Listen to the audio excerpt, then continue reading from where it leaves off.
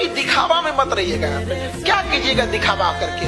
ये संसार की चीजें यहीं रह जाएगी। यहाँ झगड़ा, लड़ाई, धन दौलत, द्वेष, एक दूसरे को पीछा करना, मतलब किसी को पीछे कर देना, उसको बर्बाद कर देना, ये सब चीजें यहीं रह जाएगी। हमारे आपके सबके जीवन में एक ऐसी शाम आएगी जिसके बाद कोई सुबह नहीं होगा। फिर याद आएगी तो हमारी अच्छी काम और कोई नहीं। पाकिस्तानियों को न इतिहास पढ़े लिखे नहीं है। हम उस देश के नागरिक हैं, हम उस देश के निवासी हैं जहां द्रौपदी के चीरहरण के प्रयास मात्र से ही महाभारत जैसा विशाल युद्ध हो गया था। हम उस देश के निवासी हैं जिस देश में मां सीता के अपहरण के लिए सोने की लंका जला दी गई थी। उस रावण का वध कर दिया गया था जिस रावण ने शनि और यमराज को बंदी बनाया था।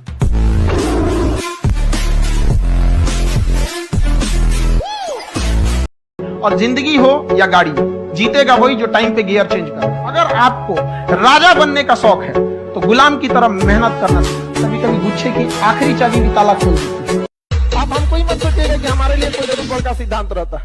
My attitude is depend on the person who is standing upon मी।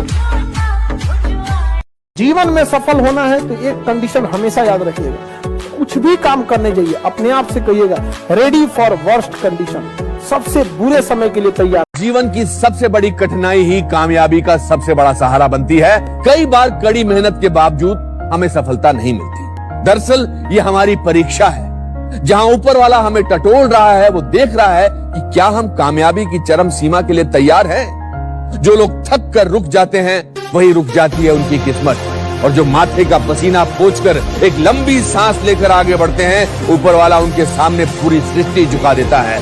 उनका नाम इतिहास के पन्नों खुद से लड़ाई है और खुद ही को खुद जिताना है।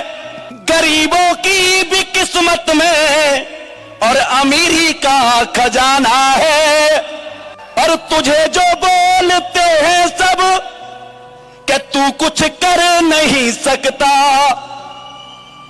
जमाने को इसी रास्ते से बन करके दिखाना है।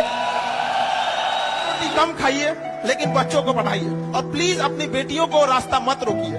वो इस देश को बदल सकती हैं। 1947 से पुरुष लोग मेहनत कर रहे हैं, अब उनको पता नहीं कब तक करना पड़ जाएगा, इसलिए आप लोग का साथ देना बहुत जरूरी है।